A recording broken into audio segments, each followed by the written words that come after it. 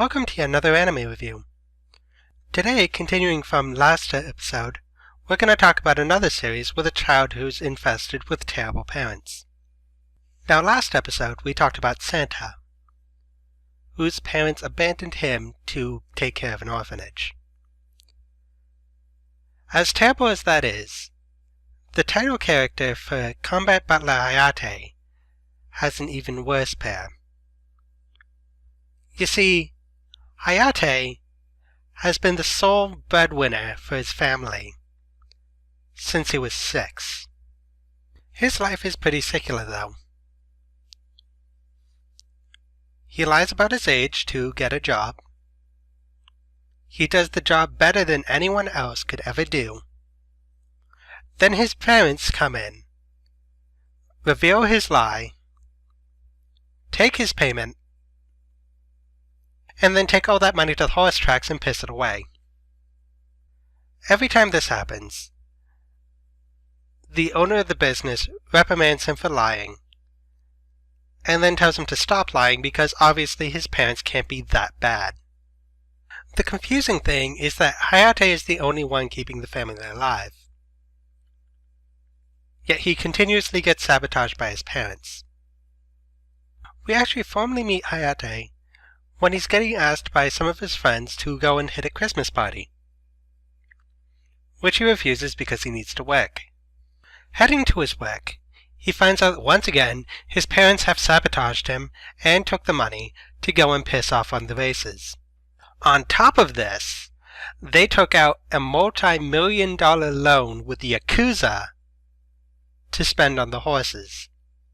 Of course, this means that there's a good chance of there being loan history with the Yakuza to begin with, and the Yakuza decide to take that loan out of Hayate's body.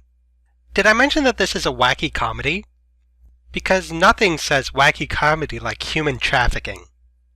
Hayate thankfully escapes, and through a long sequence, he attempts to kidnap a young girl whose family is obviously loaded because she doesn't understand why vending machines essentially can't accept $100 bills. But of course Hayate is too nicely nice and stupid to be evil. So he ends up actually saving her from kidnappers instead of kidnapping her himself. Long story short, she ends up being as rich as they thought, and she absorbs Hayate's debt and accepts him as her butler because he refuses handouts. With that annoying plot point out of the way, we can actually get into the silliness. The anime really seems to focus around 4 characters. The first of all is Hayate, who is a freaking Disney princess. No, seriously. He is the purest of heart in existence. He works hard for everything he does. He never accepts the easy way out, and he always succeeds. Nagi is a factory-produced tsundere. She's a 4'0" girl who is aggressive and mean when she's in front of her love interest, but when she gets away she curses herself because she just can't say what she truly feels about him. And to top it all off, she's voiced by Kugamiya Rie. Kugamiya Rie is one of those names you should know because she's done every tsundere girl in existence. For instance, in Twin Angel she did Kurumi. The only break she's had from this role is doing Alphonse Elric. That said, for tsundere characters, Nagi might have the most reason because she is also a complete shut-in. She has no parents and essentially lives in a mansion by herself with her waitstaff, which consists now of 3 people. I'd actually give this one a pass, just for the reason that she obviously has no idea of how to interact with other people. In fact, one of the people she has the most contact with outside of Hayate is the head maid Maria.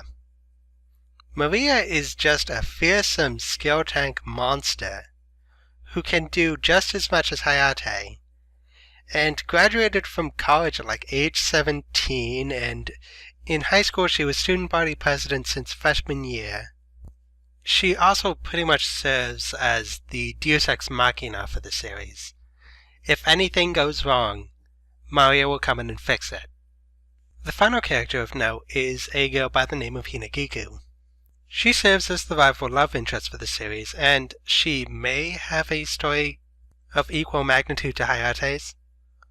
Well, her parents really aren't mentioned much, and her sister is a teacher at the school who does night duty so she doesn't have to worry about rent, which makes you wonder how Hinagiku's doing. This is, of course, glossing over all the wacky characters, such as the head butler Klaus and Tora, the tiger who only talks to Hayate, and all of Nagi's wacky friends. For some reason, this comedy seems necessary to have comedic relief sitting in it. Now, for all intents and purposes, this is a good and popular series. However, there is a bit of time when you can get fatigued by it. I personally actively followed this series for the first season, but once it got to the second season, it really started weighing on me and I had to stop. And for the longest time, I couldn't figure out why I was feeling fatigued from it. But then, a few months ago, my little brother, who reads the manga actively, complained to me that it stopped being funny and started being a drama. At that point, it finally hit me. These are very tragic characters. These are characters for a romantic drama, and they toss them into a screwball comedy. That's why there's so many silly characters and the need for comic relief. Hayate's plight in the first episode isn't hilarious. It's horrifying. There's no way you could ever make human trafficking or being sold off to the mafia to be funny. Specifically, there's a huge disconnect between Hayate's motivations and his history. Hayate shouldn't be able to trust anyone after being betrayed by his parents for the past 10 or more years. If there's anything I hate more than an emo character, it's a character that is chipper with no reason to be.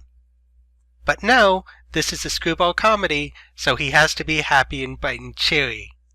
Nagi and Hinagiku aren't much better. In addition, the humor in this series is a lot of slapstick and referential type humor. You know, kind of like how Family Guy does it. This is just them jingling keys in front of your face, so you don't have to see the dark machinations that go behind this. For instance, one of Nagi's friends gets trapped down in the sewer, and the rescue team freaks out because a pile of junk looks kind of like Grimlock from Transformers. I shouldn't have to say this, but if you're in a rescue squad, you don't really have time to admire the scenery. All in all, with this series, it can be considered good at best, and at worst, at least it's marketable. For those who would be interested in this series, the manga is available from Viz, and the anime from Bandai Entertainment. However, don't feel bad if you have to bow out after a little while. もし僕の夢が君の心